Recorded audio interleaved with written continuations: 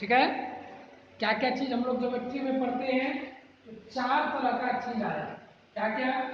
सबसे पहला एक्सियोम किसको कहते हैं, जो यूनिवर्सल ट्रूथ होगा, जिसको प्रूफ की जरूरत बिल्कुल भी नहीं पड़ती है, जिसको प्रूव किया नहीं जा सकता है, उसको हम लोग क्या बोलते हैं, एक्सियोम बोलते हैं। दूसरा टर्म आया पोस्टुलेट, कि वैसा एक्सियोम जो किस चीज से रिलेटेड होता है, ज्योमेट्री से रिलेटेड होता है, उसको हम लोग पोस्टुलेट कहते हैं। तीसरा बात आया स्टेटमेंट, कि कोई भी ऐसा सेंटेंस जो या तो सही हो सकता है या गलत हो सकता है, लेकिन दोनों नहीं हो सकता, उसको हम लोग क्या बोले, स्टेटमेंट बोले। और चौथा चीज आया थ्योरम, थ्योरम किसको कहते हैं, तो वैसा स्टेटमेंट जिसको प्रूफ की जरूरत होती है, सबूत की जरूरत होती है, जिसको प्रूव किया जाता है, उसी को हम लोग क्या बोलते हैं, थ्योरम बोलते हैं। और जो प्रोसेस या लॉजिक लगाया जाता है प्रूव करने के लिए, उस प्रोसेस को हम लोग प्रूविंग बोलते हैं। तो उन्होंने क्या किया था, यूक्लिड ने जितने भी ज्योमेट्रिकल हो या ऐसे भी जनरल हो, तो क्या किया उन्होंने, जो ज्योमेट्रिकल थे कंसेप्ट या स्टेटमेंट, उनको उन्होंने एक एक करके जमा करना शुरू किया और उनको प्रूव करना शुरू किया। ठीक है। तो इस तरह से उन्होंने लगभग 500 थ्योरम को प्रूव किया था अपने बुक में। उन्होंने क्या किया था, लगभग 500 थ्योरम्स को उन्होंने प्रूव किया था। ठीक है। कुछ ना कुछ लॉजिक लगा के, जैसे sum of angles of a triangle is 180 degree, ये एक थ्योरम है, उसको उन्होंने प्रूव किया। हाँ, हम कैसे बता सकते हैं। ठीक है। तो किसी थ्योरम को प्रूव करने के लिए कुछ आपको बेसिक एलिमेंट्स की जरूरत होगी। आप जानते हैं, आपको किसी को गलत साबित या सही साबित करना होता है, तो उसके लिए कुछ ना कुछ सामान चाहिए होता है। ठीक है। जैसे हम लोग अदालत में दोषी साबित करते हैं, हम लोग वीडियो कैमरा दिखाते हैं, देखिए सर इस समय में ये यहाँ पर खून कर रहा है, कुछ ना कुछ और सबूत दिखाते हैं। वो जो एलिमेंट्स है, जो सबूत है, वो क्या क्या हम लोग यूज करते हैं, तो पहला पॉइंट, दूसरा लाइन और तीसरा प्लेन। इन तीनों चीज के मदद से ही क्या किया था, यूक्लिड ने सारे थ्योरम्स को प्रूव किया था। जरा हम लोग बेसिक इसका जानिए, किसको कहते हैं पॉइंट, किसको कहते हैं लाइन, किसको कहते हैं प्लेन। तो पॉइंट के बारे में तो आप लोग जानते हैं, पॉइंट किसको कहते हैं, तो पॉइंट जो है, इसमें ना तो लेंथ होता है, ना ब्रेथ होता है, ना थिकनेस, कुछ भी नहीं होता।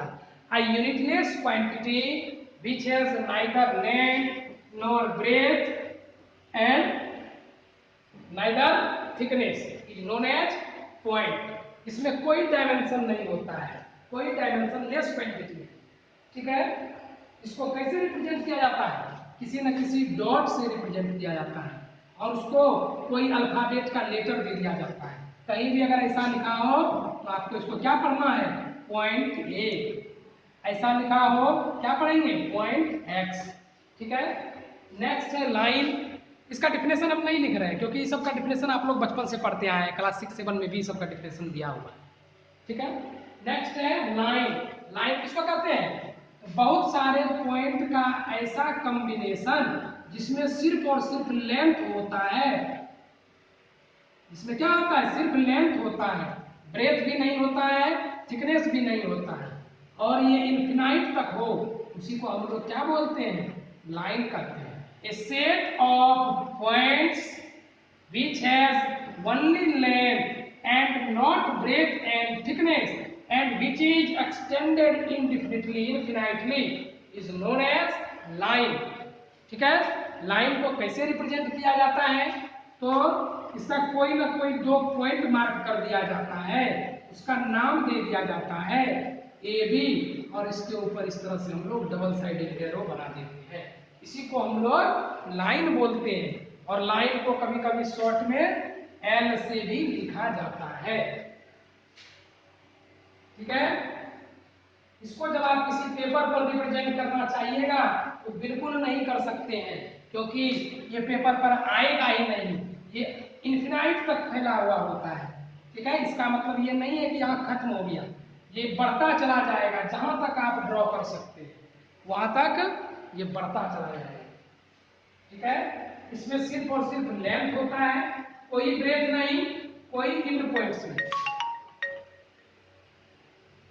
इसमें ना तो ब्रेथ होता है ना ही इंड पॉइंट्स होता है। ठीक है, अब नेक्स्ट हम लोग देखते हैं कि पॉइंट में और लाइन में संबंध क्या है।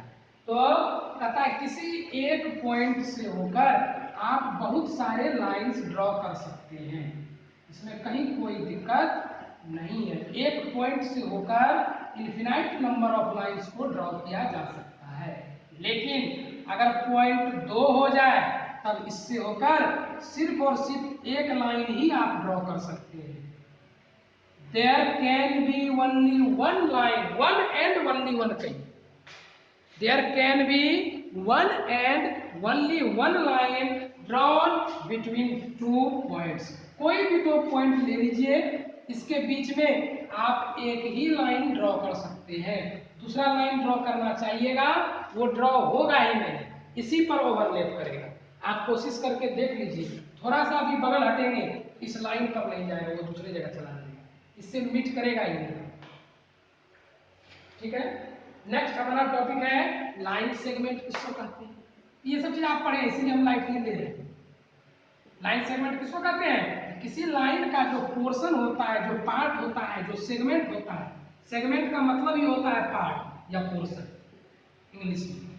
किसी लाइन का जो पोर्शन होता है, ठीक है, उसको हम लोग क्या कहते हैं? लाइन सेगमेंट कहते हैं। और लाइन सेगमेंट में दो इंड पॉइंट्स होते हैं, इंड पॉइंट ए और इंड पॉइंट बी। ठीक है, इसके लेंथ को आप मेजर कर सकते हैं, इसको आप पेपर पर बना सकते हैं। इसमें भी सिर्फ लेंथ होता है, ब्रेथ नहीं होता, थिकनेस नहीं होती है। ठीक है, किसी लाइन सेगमेंट को कैसे दिखाया जाता है? तो सिंपली ए बी लिख देते हैं, या ए बी के ऊपर एक लाइन बना देते हैं, एरो नहीं बनाते हैं। इस तरह से हम किसी लाइन सेगमेंट को रिप्रेजेंट करते हैं। आप इस लाइन सेगमेंट को ए बी भी लिख सकते हैं, मन हो तो बी ए भी लिख सकते हैं, उससे कोई फर्क नहीं पड़ता है। लेटर्स के ऑर्डर को उल्टा पुल्टा करने से कोई प्रभाव लाइन पर नहीं पड़ता है। लेकिन आपको याद रखना है, लाइन सेगमेंट हमेशा लाइन का ही हिस्सा होता है, पार्ट होता है। ठीक है, इतना अभी तक जुड़ ही रहा है बच्चा।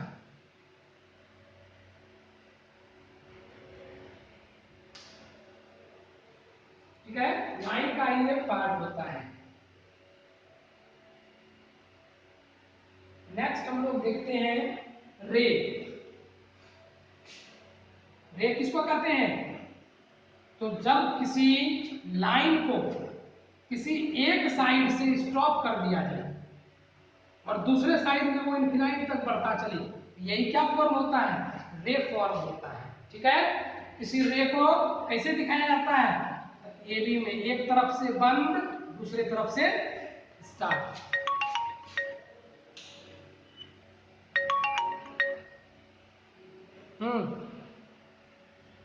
हाँ बोलिए।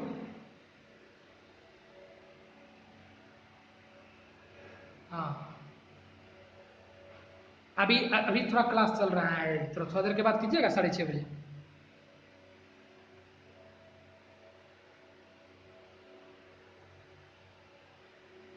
चलिए ठीक है, तो रे किसको बोलते हैं? देख लीजिए, किसी लाइन को अगर एक तरफ से स्टॉप कर दिया जाए, यही क्या फॉर्म करेगा? रे फॉर्म करेगा। इसीलिए हम लोग इसको क्या बनाते हैं? A B. ठीक है, एक तरफ से बंद है, दूसरी तरफ से एक्सटेंडेड है। इसको भी आप पेपर पर नहीं बना सकते, क्योंकि एक तरफ तो खुला हुआ है ना, वो बहुत दूर तक जा सकता है, इनफिनाइट तक जा सकता है। ठीक है, और इस तरह से आप इसको लाइंस को, रे को, रे लाइन सेगमेंट को आप डिनोट करते हैं। ठीक है, ये सब आप पहले भी पढ़ चुके हैं। ठीक है, तो रे में एक तरफ बंद रहता है, जिस तरफ बंद रहता है उसको हम लोग इनिशियल पॉइंट कहते हैं। ये छोटा छोटा पॉइंट है जिसको आपको ध्यान में रखना है। आगे के चैप्टर में ऐसा ऐसा वर्ड ही यूज करेगा थ्योरम्स में प्रूव करने में, और उस जगह आप कंफ्यूज करेंगे, इसलिए आपको ये बता दिया जा रहा है। ठीक है, अभी तक जुड़ रहा है हम लोग है। चलिए अब हम लोग नेक्स्ट समझते हैं।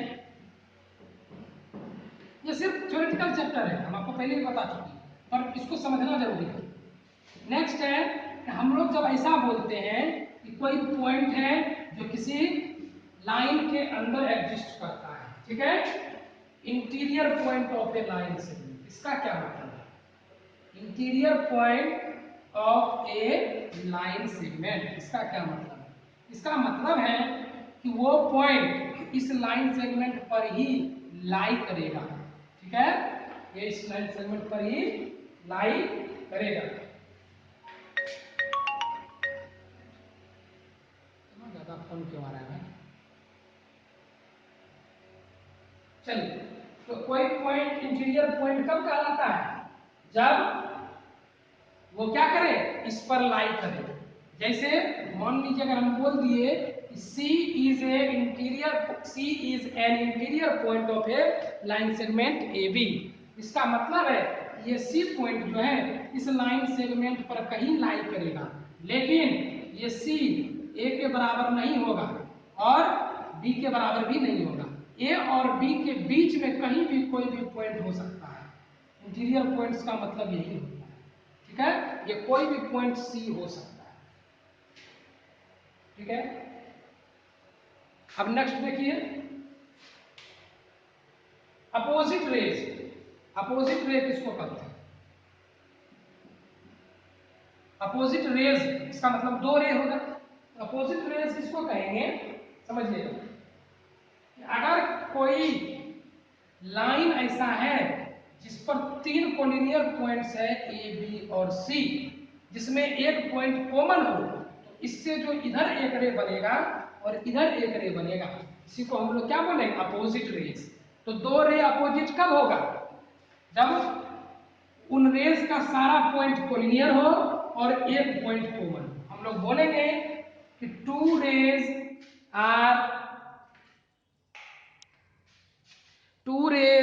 are said to be opposite rays if they all points are collinear and they have a common point, उनका कोई ना कोई एक कॉमन पॉइंट हो। तो यहां से जो एक रे बनेगा ए बी और दूसरा रे बनेगा बी सी, ये क्या कहलाएगा, अपोजिट रेज कहलाएगा।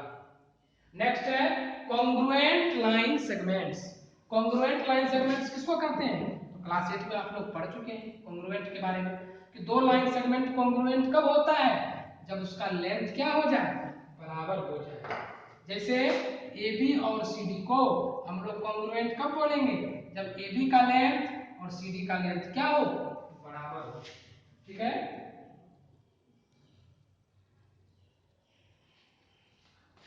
ठीक है, इसके कुछ प्रॉपर्टीज भी हैं। कॉन्ग्रुएंट का कुछ प्रॉपर्टी होता है, जैसे कोई भी लाइन सेगमेंट अपने आप के कॉन्ग्रुएंट होता है, हम लोग जानते हैं कॉन्ग्रुएंट को ऐसे यूज करते हैं। कोई भी लाइन सेगमेंट कॉन्ग्रुएंट होने का मतलब है वो दोनों बराबर होगा। इसको इंप्लाइज बोथ वे कहेंगे कि अगर ऐसा है तो हम ऐसा बोल सकते हैं, ऐसा है तो हम ऐसा बोल सकते हैं कि A B is congruent to C D, that implies A B is equal to C D. अब इसका प्रॉपर्टी क्या है? दो लाइन सेगमेंट अगर कॉन्ग्रुएंट हो तो एक लाइन सेगमेंट अपने आप का कॉन्ग्रुएंट हो सकता है, पहला बात, ठीक है। दूसरा कि अगर ए बी और सी डी कॉन्ग्रुएंट है तो दोनों का लेंथ बराबर होगा, ये दूसरा बात हो गया, ठीक है। और क्या बोल सकते हैं? तीसरा कि अगर ए बी सी डी के कॉन्ग्रुएंट है, हम ऐसा भी बोल सकते हैं कि सी डी जो है वो ए बी के कॉन्ग्रुएंट होगा। चाहे इधर से बोले इधर से बोले, बात क्या है, सेम है, ठीक है। नेक्स्ट देखिए, चौथा पॉइंट क्या बनेगा कि अगर मान लीजिए ए बी सी डी के कॉन्ग्रुएंट है और सी डी जो है वो ई एफ के कॉन्ग्रुएंट है, तो हम जानते हैं क्या होगा, ए बी और ई एफ भी कॉन्ग्रुएंट होगा। क्यों? क्योंकि अगर ए बी और सी डी कॉन्ग्रुएंट है मतलब दोनों बराबर, ये दोनों भी बराबर। अब बताइए, ये बराबर ये बराबर, तो कोई एक ही चीज जब दोनों के बराबर होता है, equals of equals are equals. Axiom में हम लोग पढ़े हैं कि कोई एक चीज के अगर दो चीज बराबर हो तो वो दोनों आपस में भी बराबर होता है, और अगर बराबर हो गया तो कॉन्ग्रुएंट भी हो ही जाएगा, ठीक है। इस तरह से हम लोग इन सब चीज का आगे चैप्टर में यूज करेंगे, इसलिए आपको बता दिया जाए।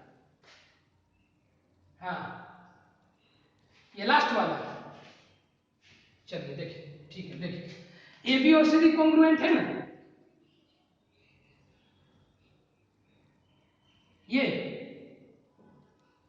चलिए ठीक है, समझिए। कोई भी दो लाइंस कॉन्ग्रुएंट तभी होता है जब उसका लेंथ बराबर हो, या इसको हम उल्टा भी बोल सकते हैं कि अगर कोई दो लाइन सेगमेंट का लेंथ बराबर है तो वो कॉन्ग्रुएंट हो। इसी को बोलते हैं इंप्लाइज बोथ भी। ठीक है, अब यहां समझिए, हम बोले कि ए बी और सी डी कॉन्ग्रुएंट है, तो इसका मतलब है कि ए बी और सी डी का लेंथ बराबर होगा। और फिर हम बोल रहे हैं सी डी और ई एफ कॉन्ग्रुएंट है, इसका मतलब है कि सी डी और ई एफ का लेंथ भी बराबर होगा। आप समझिए कि A is equal to B और B is equal to C, axiom बन रहा है। ध्यान दीजिए, equals of equals are equals, कि कोई दो चीज अगर बराबर हो तो एक अगर कॉमन है तो ये इसके बराबर होगा। तो हम कह सकते हैं, क्या कह सकते हैं कि ए बी जो है वो ई एफ के बराबर होगा। और जैसे ही हम बोल दिए कि बराबर होगा, हम उल्टा बोल सकते हैं ना कि कॉन्ग्रुएंट भी होगा। तो यहां से क्या रिजल्ट आया कि ए बी जो है वो ई एफ के कॉन्ग्रुएंट भी होगा। नेक्स्ट देखिए, इंसिडेंट का मतलब क्या होता है। बार बार ये वर्ड यूज होता है कि point is incident on this, A line is incident on this. तो इंसिडेंट वर्ड का क्या मतलब है। इंसिडेंट वर्ड के जगह पर बहुत सारे वर्ड्स को यूज किया जा सकता है, तो क्या क्या यूज हो सकता है क्वेश्चन में और उसका मतलब हमको क्या समझना है, ये हम लोग देखते हैं।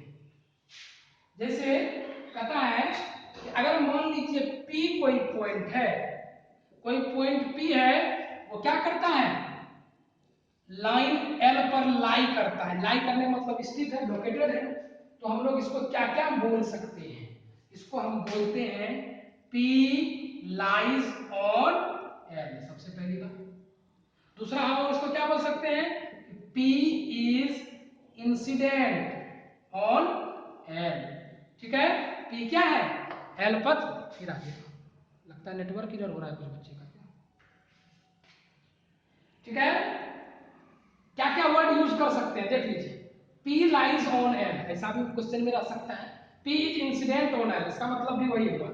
L कंटेन्स P, L जो है वो P को कंटेन करता है।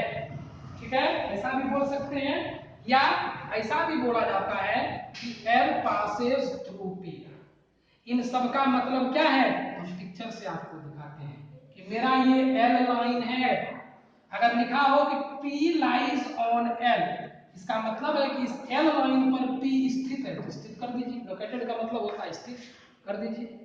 P is incident on L, P L पर निर्भर करता है। देख लीजिए, निर्भर कर रहा है। कहीं बाहर दीजिएगा तो L पर निर्भर नहीं करेगा, डिपेंड नहीं करेगा। लेकिन अगर हम L को हटा दें तो बेचारा गिर जाएगा। तो वही हुआ, P is incident on L।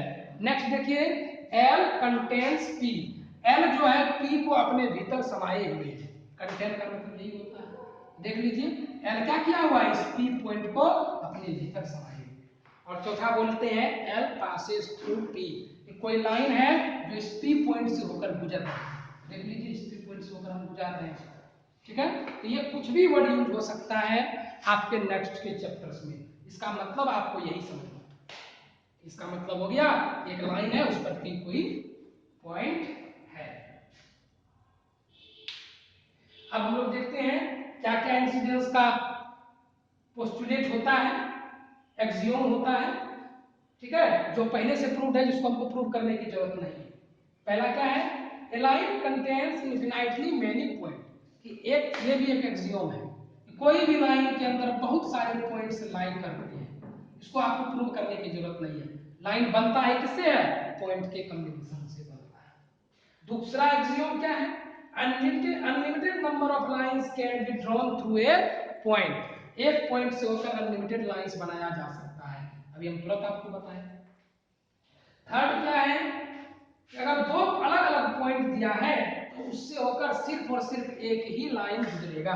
ये सब एक्सियोम है, इसको आपको प्रूव नहीं करना है। किसी भी थ्योरम में ये सब आप कंटेन कर सकते हैं, मान सकते हैं प्रूव करते समय कि दो पॉइंट से होकर हमेशा कितना लाइन जाएगा, एक ही लाइन जाएगा। और अगला है, टू लाइंस मे और may not have a common point, कि अगर दो लाइन है तो उसका कोई कॉमन पॉइंट हो भी सकता है और उसका कॉमन पॉइंट नहीं भी हो सकता है। निर्भर करेगा कि लाइंस इंटरसेक्टिंग है कि लाइंस पैरेलल है। अगर इंटरसेक्टिंग लाइन होगा तो दोनों का कॉमन पॉइंट होगा, ये P पॉइंट इस पर भी है, ये P पॉइंट इस पर भी है। लेकिन अगर वो पैरेलल लाइंस है, ठीक है, तो इसका कोई भी कॉमन पॉइंट नहीं होगा, कोई ऐसा पॉइंट नहीं होगा जो L पर भी हो और M पर भी हो। ठीक है, ये कुछ एक्सियोम है, ये आपको माइंड में रखना है, इसकी मदद से हम लोग किसी थ्योरम को गलत या सही साबित करेंगे। नेक्स्ट हम लोग पढ़ते हैं कोलिनियर पॉइंट्स। कोलिनियर पॉइंट्स किसको कहते हैं? तो जो सारे पॉइंट्स अगर एक ही लाइन पर एग्जिस्ट करें, कितने? दो से ज्यादा। याद रखना है कि जब दो से ज्यादा पॉइंट्स एक ही लाइन पर लाई करता है तो हम लोग उसको क्या बोलते हैं? कोलिनियर पॉइंट्स बोलते हैं। जैसे P, Q and R are collinear points on line L। लेकिन ये अगर हम बोले तो ये किसी भी एक लाइन पर लाइन नहीं करेगा। कोई भी एक लाइन बनाइए तो एगो न एगो छूट जाएगा। अगर हम P से R बनाते हैं तो क्या होगा? Q छूट जाएगा, और अगर Q से R बनाते हैं तो P छूट जाएगा। तो ये कोलिनियर पॉइंट्स नहीं है, लेकिन ये सब क्या है? कोलिनियर पॉइंट्स है। ठीक है, नेक्स्ट है कनकरेंट लाइंस। ये सब आप पहले भी पढ़े, इसलिए हम खींच रहे हैं। कनकरेंट लाइंस, कनकरेंट लाइंस किसको कहते हैं? बहुत सारे ऐसे लाइंस जो क्या करते हो? एक ही पॉइंट से पास होते हो, या कहने का मतलब है कि उनका पॉइंट ऑफ इंटरसेक्शन सेम है। देख लीजिए, सब लाइन को अगर हम गौर करें तो सब कहां पर कट रहा है? एक दूसरे से इस P पॉइंट पर कट रहा है। तो ऐसे लाइंस को हम क्या बोलेंगे? कनकरेंट लाइंस बोलेंगे। लेकिन अगर आप इसको देखिए, और एक तीसरा लाइन बना देते हैं, मान लीजिए यही बना देते हैं, तो अगर आप इसको देखें तो ये लाइन L, M और N कनकरेंट नहीं है। कनकरेंट क्यों नहीं है? क्योंकि जहां पर ये दोनों कट रहा है तो वहां पर M नहीं कट रहा। जहां पर M और N कट रहा है वहां L नहीं कट रहा। जहां पर M और L कट रहा है वहां पर M नहीं कट रहा, सॉरी N नहीं कट रहा है। अलग अलग पॉइंट्स पर कट रहा है, एक पॉइंट कॉमन नहीं है, इसीलिए इसको हम कनकरेंट लाइंस नहीं बोल सकते हैं। लेकिन इसको हम कह सकते हैं क्योंकि ये सारे लाइंस क्या हो रहे हैं? एक ही पॉइंट पर कट कर रहे हैं, तो इनको क्या बोलेंगे? कनकरेंट लाइंस बोलेंगे। आवाज कट रही है, कुछ बोलना चाह रहा है? आवाज कट रहा है, कुछ बोलना चाह रहे हो?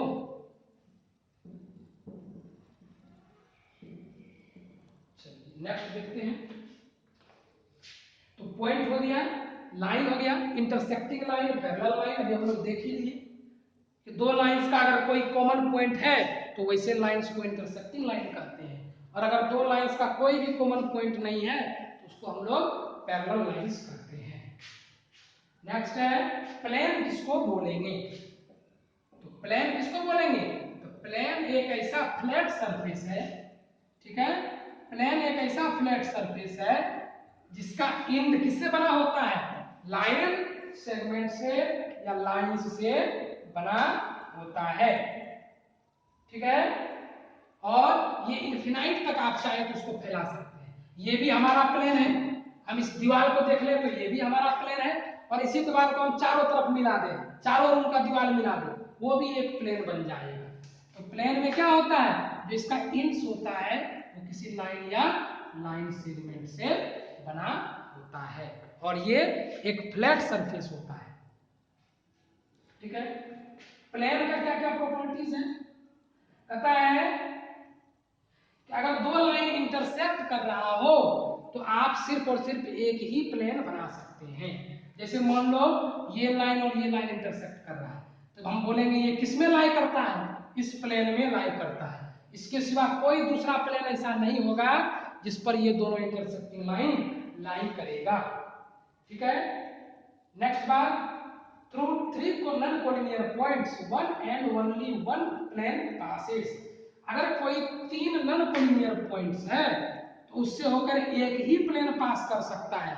इसको हम आपको समझा देते हैं।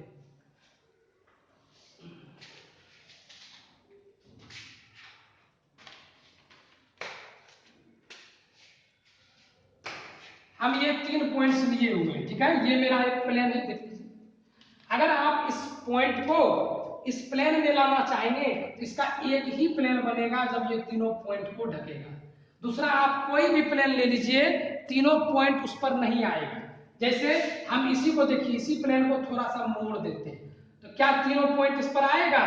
कोई एक पॉइंट से होकर जा सकता है, कोई 2 पॉइंट से होकर जा सकता है, लेकिन जैसे ही इस दोनों से होकर ले जाएंगे ये छूट जाएगा। इस दोनों से होकर ले जाएंगे, ये एक प्लेन है, हम इस ऐसे ले जा रहे हैं, तो क्या हो रहा है? तीसरा पॉइंट छूट जा रहा है। हम ऐसे ले जा रहे हैं प्लेन से, तो ये पॉइंट छूट जा रहा है। कैसे भी आप ले जाइएगा, क्या होगा? एक ही ऐसा प्लेन है जिसमें ये तीनों पॉइंट्स आ जाएगा, नहीं तो बाकी में क्या हो जाएगा? छूट जाएगा। तो किसी भी 3 नन कोलिनियर पॉइंट से होकर, नन कोलिनियर बोल रहे हैं, कोलिनियर नहीं, नन कोलिनियर पॉइंट से होकर एक ही प्लेन पास कर सकता है। लेकिन अगर पॉइंट्स कोलिनियर हो तब उससे होकर कितना प्लेन जा सकता है? बहुत सारा जा सकता है। लीजिए, हम करके दिखा रहे हैं आपको। ये गया प्लेन, लीजिए घुमा दिए, ये गया प्लेन, लीजिए घुमा दिए, ये गया प्लेन, ठीक है, लीजिए घुमा दिए। 4 प्लेन तो हम ऐसे ही बना दिए। अब माने तो लीजिए, एक प्लेन और हो गया, लीजिए यहाँ से एक प्लेन और हो गया, लीजिए एक प्लेन और हो गया, लीजिए एक प्लेन हो गया। तो कब बहुत सारा प्लेन कोलिनियर से होकर जा सकता है, कहीं कोई दिक्कत नहीं। तीसरा, 2 planes either intersect exactly in a line or are parallel। कि अगर 2 प्लेन्स आप लेते हैं तो वो या तो एक दूसरे को इंटरसेक्ट करेंगे किसी लाइन पर, और नहीं तो पैरेलल होंगे। कहने का मतलब प्लेन जब भी एक दूसरे को काटता है तो जो इंटरसेक्शन का पॉइंट नहीं बनता है, यहाँ पर प्लेन के काटने से लाइन बनता है। जैसे लाइन के काटने से पॉइंट बनता है, उसी तरह प्लेन के काटने से लाइन बनता है। समझिएगा, ये मेरा एक प्लेन है, ये मेरा एक प्लेन है। अब हम इसको एक दूसरे को काट रहे हैं। देखिए, जब भी ये इसको काटेगा क्या फॉर्म हो रहा है? अगर आप गौर से देखें, ये ऐसे एक लाइन फॉर्म हो रहा है, देख लीजिए, ठीक है, ऐसे एक लाइन फॉर्म हो रहा है। किसी भी तरीके से आप काटिए, लीजिए घुमा दीजिए इधर से काट, तब भी क्या फॉर्म हो रहा है? लाइन फॉर्म हो रहा है। तो जब भी 2 प्लेन एक दूसरे को काटेगा तो एक लाइन फॉर्म होगा, नहीं तो दोनों पैरेलल है, ठीक है। आप अपने घर के दीवार को भी देख सकते हैं कि आपके घर का जो ये वाला दीवार है और ऊपर वाला छत है, दोनों जहां पर मिल रहा है, देखिए कोना जो बनता है, अपने घर को ऊपर गौर से देखिए, वो एक लाइन बनता है। तो अगर 2 प्लेन एक दूसरे को काटेगा तो लाइन फॉर्म करेगा, और अगर नहीं काटेगा तो पैरेलल होगा। जैसे आपके घर का छत और आपके घर का नीचे, क्या बोलते हैं, फ्लोर, रूफ एंड फ्लोर, ये दोनों एक दूसरे के पैरेलल होता है। सामने का दीवार और पीछे का दीवार, ये दोनों देखिए काटता नहीं है, इसका मतलब है कि पैरेलल है। लेकिन जब भी काटेगा, आप किसी भी 2 प्लेन को काट के देख लीजिए, हमेशा उसमें एक लाइन बनेगा, ठीक है। ये प्लेन और ये प्लेन जब एक दूसरे को काट रहा है तो देखिए एक लाइन फॉर्म कर रहा है, ठीक है। ये कुछ एक्सियोम प्रॉपर्टी है जो आपको समझना है, ठीक है। अब हम लोग स्टार्ट करते हैं। कुछ एक इसके थ्योरम है जो आपको याद करना है। चैप्टर रिमूव कर दिया गया है तो हम प्रूव नहीं करेंगे, हम आपको बस याद करवा दे रहे हैं। थोड़ा लाइटली हम प्रूव करने की कोशिश करेंगे, पूरा लिखेंगे नहीं। हाँ बोलिए।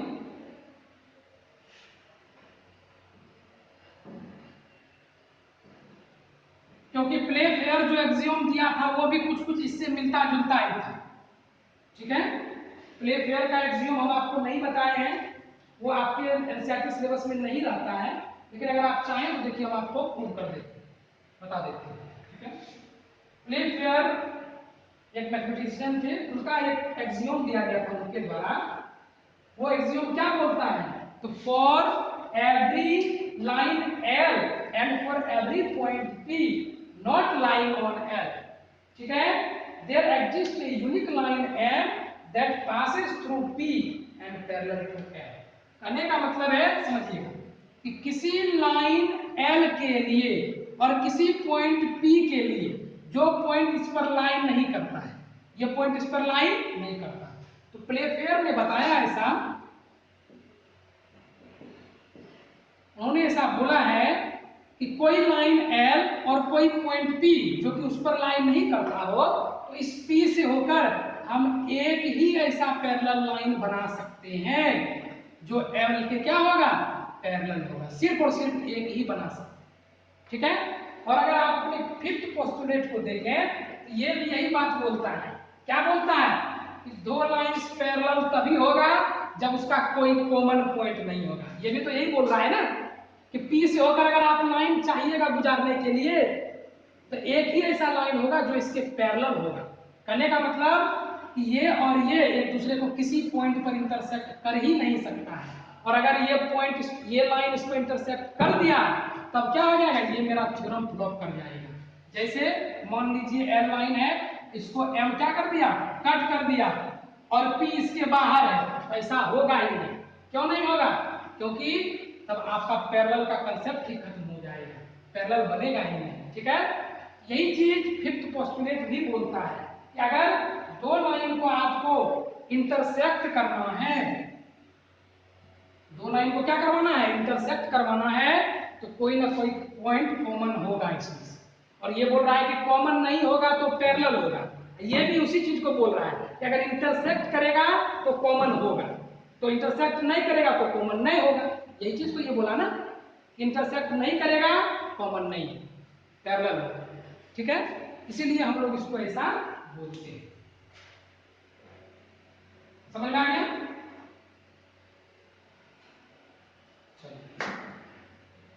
नेक्स्ट आगे बढ़ते हैं।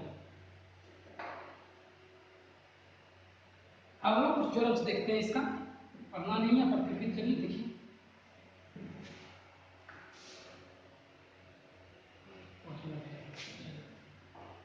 इसे थ्योरम 1 पहला हम लोग थ्योरम देखते हैं। क्या बोलता है सुनिएगा। Two distinct lines can not have more than one point in common. दो अगर अलग अलग लाइन है तो उसमें सिर्फ एक ही कॉमन पॉइंट हो सकता है। कहने का मतलब है कि दो लाइन जब भी इंटरसेक्ट करेगा तो एक ही पॉइंट पर करेगा, और नहीं तो पैरेलल होगी। हमको क्या करना है, इसी को प्रूव करना है। ठीक है। तो ध्यान से देखिए, ये क्या कह रहा है थ्योरम, जब भी दो लाइन इंटरसेक्ट करेगा तो या तो एक ही पॉइंट पर करेगा या पैरेलल होगा। दो पॉइंट पर कभी भी दो लाइन इंटरसेक्ट नहीं कर सकता, ऐसा नहीं करेगा। इस तरह से दो पॉइंट पर इंटरसेक्ट नहीं करेगा, ये लाइन ही नहीं होगा। ठीक है। तो इसको आप कैसे प्रूव कीजिएगा, अपोजिट मान लीजिए। मान लेते हैं कि कोई लाइन L है, कोई लाइन M है। ये क्या कर रहा है, दो पॉइंट पर इंटरसेक्ट कर रहा है। मान लो P पर और Q पर, एक दूसरे को मान लीजिए कितने पॉइंट पर काट रहा है, मान लेते हैं। ऐसा हम बना नहीं सकते हैं, एज्यूम करना मुश्किल है थोड़ा। ठीक है। मान लेते हैं हम दो पॉइंट पर ये क्या कर रहा है, काट रहा है। ठीक है। अगर ये दो पॉइंट पर काटेगा तो ये दोनों पॉइंट A पर भी होगा और ये दोनों पॉइंट्स किस पर होगा, M पर भी होगा। मान लीजिए ये क्या कर रहा है, दोनों एक दूसरे को सिर्फ P पर ही नहीं Q पर भी काट रहा है। तो ये P पॉइंट जैसे L पर और M पर दोनों पर है, तो L पर P होगा और M पर भी P होगा, फिर L पर Q होगा और M पर भी Q होगा। ऐसा होना चाहिए है कि नहीं, दोनों पॉइंट्स दोनों लाइन पर होना चाहिए, क्योंकि इंटरसेक्शन तो उसी को बोलते हैं। लेकिन हम लोग जानते हैं किसी भी दो पॉइंट, अब जरा गौर कीजिए कि P पॉइंट और Q पॉइंट से होके L लाइन भी बन रहा है और P पॉइंट और Q पॉइंट से होके M लाइन भी बन रहा है। तो मतलब है ये बोल रहा है कि P और Q इन दोनों पॉइंट से होकर दो लाइन पास कर सकता है, एक L और दूसरा M। क्या ऐसा संभव है, बिल्कुल भी संभव नहीं है, क्योंकि हम पढ़ चुके हैं पोस्टुलेट में, ठीक है, एक्सियोम में, किसी भी दो पॉइंट से होकर सिर्फ और सिर्फ एक ही लाइन पास करता है। इसीलिए हमारा ये थ्योरम क्या हो जाता है, गलत हो जाता है। कहने का मतलब पॉइंट ऑफ इंटरसेक्शन एक ही होगा किसी भी दो लाइंस का, या तो नहीं होगा, लेकिन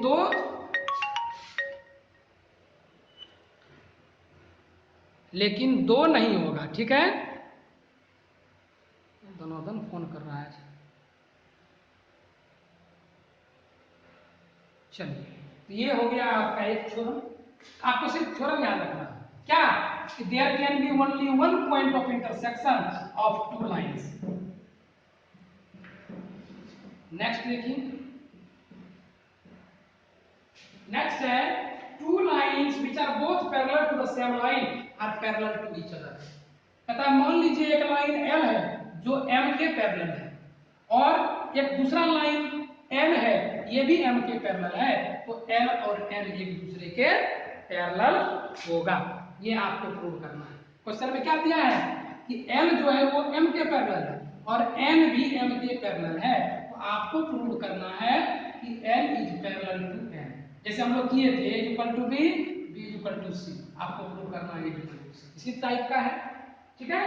तो इसको हम लोग आसानी से प्रूव कर सकते हैं। कैसे? जस्ट उसका उल्टा लेके चलना।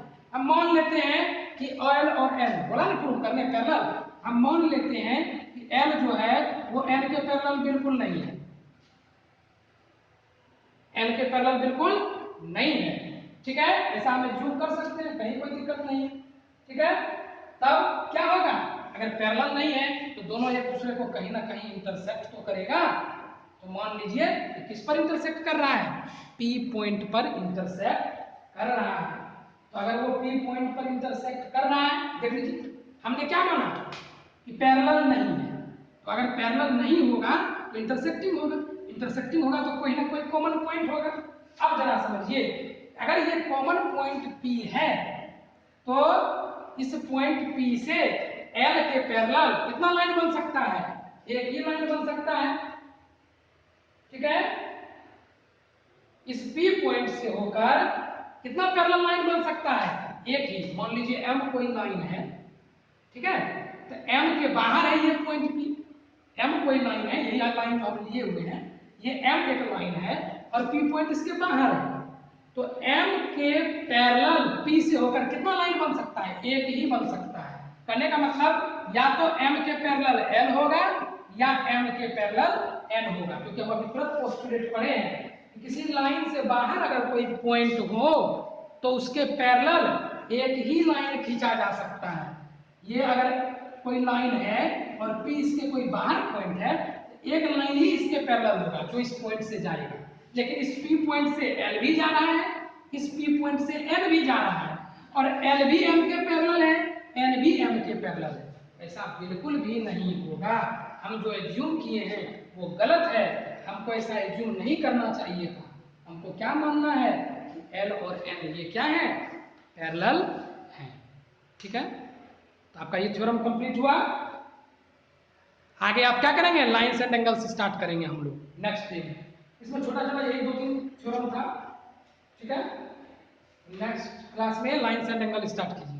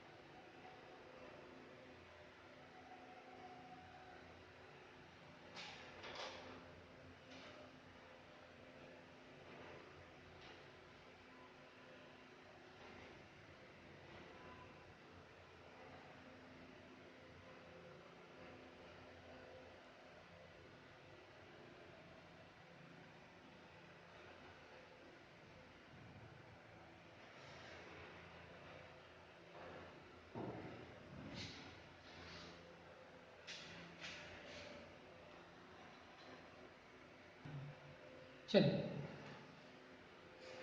दूसरा थ्योरम समझ में आ गया। पहला क्या बोला, जब भी लाइन इंटरसेक्ट करेगा तो एक ही पॉइंट ऑफ इंटरसेक्शन होगा, नहीं तो पैरेलल होगा। दूसरा क्या बोल रहा है, समझिएगा कि अगर एक लाइन दूसरे के पैरेलल है, दूसरा तीसरे के पैरेलल है, तो पहला और तीसरा पैरेलल होगा। L M N, L is parallel to M, M is parallel to N।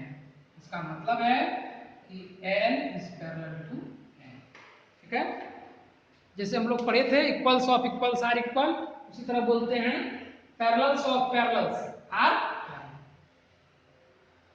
Next देखिए, तीसरा कहता है कि if L and M are intersecting lines, L और M दो इंटरसेक्टिंग लाइंस है, मान लीजिए ये मेरा इंटरसेक्टिंग लाइन है एल और दूसरा इंटरसेक्टिंग लाइन है एम, तथा एल और एम अगर इंटरसेक्टिंग लाइंस है और एल के पैरेलल कोई लाइन हम खींच लें और एम के पैरेलल कोई लाइन खींच लें, तो मान लीजिए एल के पैरेलल में क्या खींचा गया है, पी खींचा गया है, एल के पैरेलल में पी खींचा गया है और एम के पैरेलल में क्यू खींचा गया है, तो ये दोनों भी इंटरसेक्ट करेगा। कहने का मतलब समझ जाइए, इसको आप कैसे याद रखेंगे कि अगर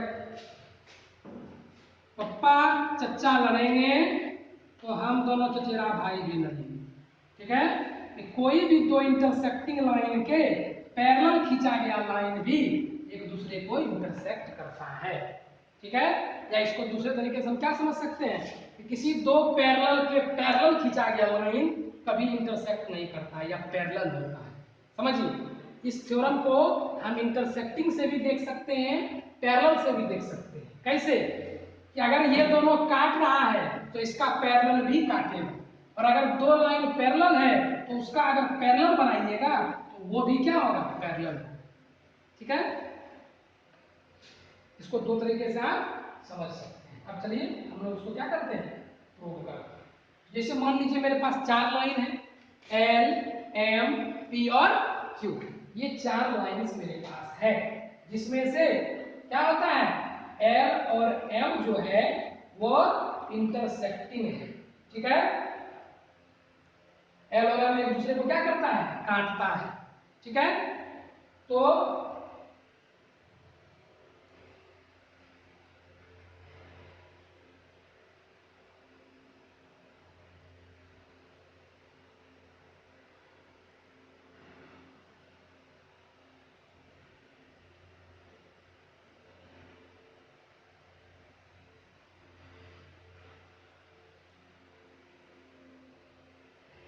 चलिए, कौन है जी, बार बार कॉल कर रहे हैं, ठीक है। क्या बता रहे हैं, समझ जाइए। मान लीजिए एल और एम है, ये दोनों एक दूसरे को क्या कर रहा है, कट कर रहा है।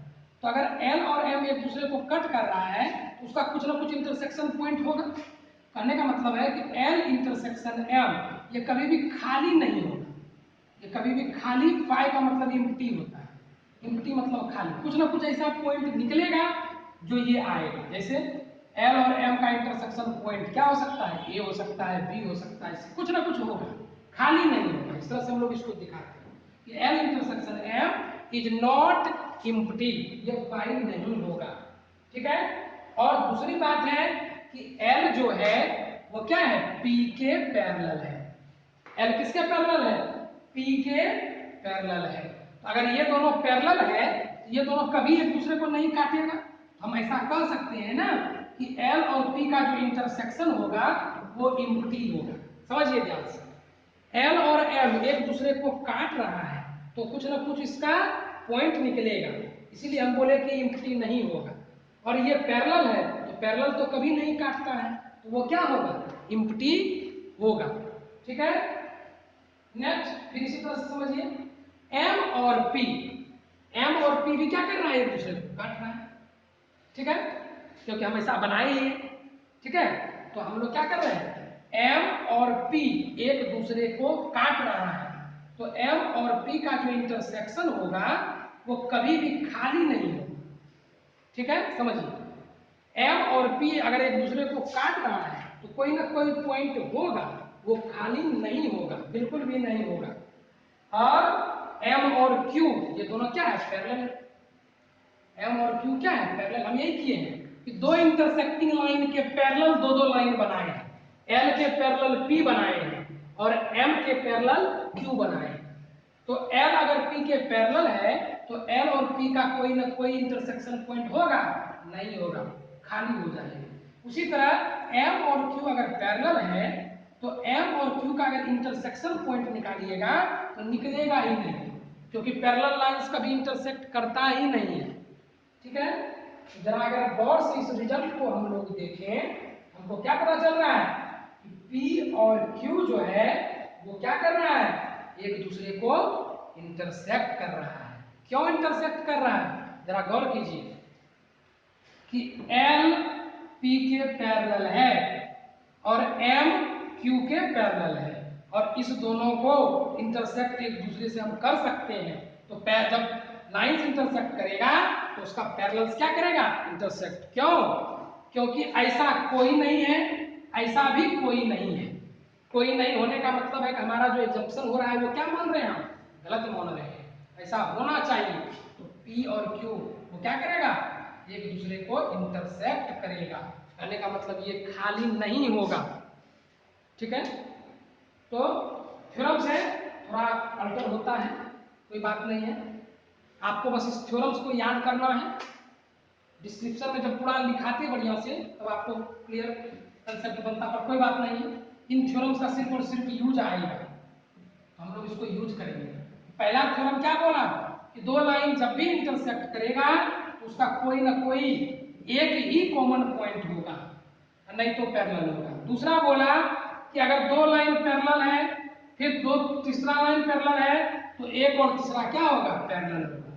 तीसरा थ्योरम क्या बोला कि दो लाइन अगर इंटरसेक्ट करता है तो उसका पैरेलल खींच लीजिए, वो भी इंटरसेक्ट ही करेगा। ठीक है? इन सब थ्योरम को हम आगे अप्लाई करेंगे।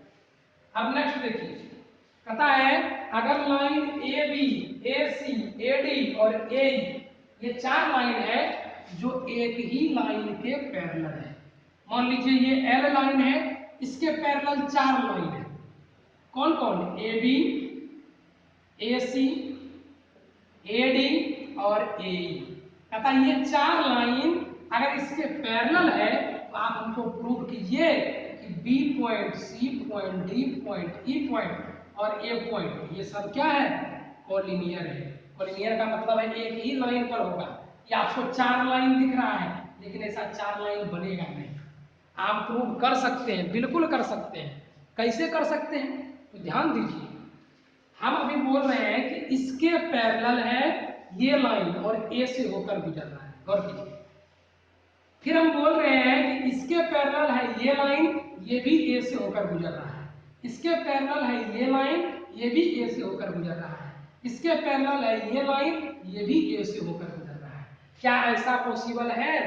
बिल्कुल भी पॉसिबल नहीं है, क्योंकि प्लेफेयर साहब ने अभी तुरंत बताया कि किसी लाइन के बाहर अगर कोई पॉइंट है तो इसके पैरेलल इससे होकर एक ही लाइन बन सकता है। या तो ए बी बनेगा, या तो ए सी बनेगा, या तो ए डी बनेगा, या तो ए ई बनेगा। चारों नहीं बन सकता है। किसी भी एक लाइन के पैरेलल और किसी एक फिक्स पॉइंट से गुजरने वाला एक ही लाइन हो सकता है, चार लाइन बिल्कुल नहीं हो सकता है। कहने का मतलब है कि A B, A C, A D and A E ये सब क्या है? सेम लाइन है, आर सेम लाइन। और अगर ये सब सेम लाइन है इसका मतलब है ये सब पॉइंट्स क्या होगा? एक पर ही होगा, तभी ऐसा संभव है। और देखिए ये संभव हो सकता है, हम पिक्चर से आपको समझा रहे हैं। ए बी सी डी, देखिए बिल्कुल संभव है। इसके पैरेलल है ए से जा रहा है ए बी, इसी के पैरेलल है ए से जा रहा है ए सी, इसी के पैरेलल है ए से जा रहा है ए डी, इसी के पैरेलल है ए से जा रहा है ई। बिल्कुल हो सकता है, क्योंकि चारों कहने का मतलब तो एक ही लाइन है ना। तो प्लेफेयर का एक्सियोम फेल भी नहीं कर रहा है, तो हम कह सकते हैं कि ये पॉइंट्स क्या होंगे? कोलिनियर है। कहने का मतलब है प्लेफेयर को ही प्रूव किया है कि एक लाइन के पैरेलल एक पॉइंट से होकर एक ही लाइन खींचा जा सकता है, दूसरा नहीं खींचा जा सकता है। अगर आप चाहिएगा हम ए से एक पैरेलल ऐसा भी बना दें और दूसरा पैरेलल भी हम बना दें, दूसरा लाइन कोई भी लाइएगा ना ये एल को काट ही देगा, कहीं ना कहीं पैरेलल हो ही नहीं सकता। किधर से भी आप ले आइए, इधर से भी लाइएगा ना तो ये कहीं ना कहीं एल को काट ही देगा। पैरेलल सिर्फ एक ही हो सकता है, दूसरा कोई पैरेलल नहीं हो सकता है। ठीक है? नेक्स्ट और लास्ट है कि अगर एल, एम और एन एक ही प्लेन में हो और एल एम को इंटरसेक्ट करे और एन एम के पैरेलल है, कहने का मतलब है कि दो अगर पैरेलल लाइंस हैं तो कोई इंटरसेक्टिंग लाइन दोनों को काटेगा। इस थ्योरम का मतलब यही है। कभी अगर दो पैरेलल लाइन है एक ही प्लेन में, क्या करा इसमें, अगर एल एम एन एल तीन लाइंस है जिसमें से एल और एम एक दूसरे को काट रहा है, और एम के पैरेलल अगर कोई भी लाइन बनाइएगा तो ये भी इसको काटेगा, चाहे आप कहीं बना लीजिए, यहाँ बना लीजिए, यहाँ बना लीजिए, यहाँ बना लीजिए, यहाँ बना लीजिए, कोई भी पैरेलल लाइन खींचिएगा तो वो उसको काटेगा। कहने का मतलब क्या हुआ कि किसी लाइन, कोई अगर दो इंटरसेक्टिंग लाइन है तो उसका पैरेलल भी एक दूसरे को काटता ही है। ठीक है, दूसरा वाला थ्योरम को ही प्रूव किया है। कोई दो लाइन अगर इंटरसेक्टिंग है तो किसी एक के पैरेलल अगर खींचिएगा तो वो काटेगा। कहने का मतलब अगर पप्पा को मारेंगे, उसका बेटों को मारेंगे, बबुओं को मारेंगे, सबको मारेंगे। अगर हम उसके पापा को मार लिए, उसके बेटे को भी मारेंगे, उसके दादाजी को भी मारेंगे, सबको मारेंगे, यूनिवर्सल मारेंगे। समझ में आ गया? यही कुछ थ्योरम्स था जो आपको याद रखना है, जिसका लाइंस एंड एंगल्स में यूज पड़ेगा। ठीक है, रिवीजन कीजिएगा। Thank you. नेक्स्ट हम लोग लाइंस एंड एंगल्स स्टार्ट करेंगे, लेकिन इसके बगैर नहीं।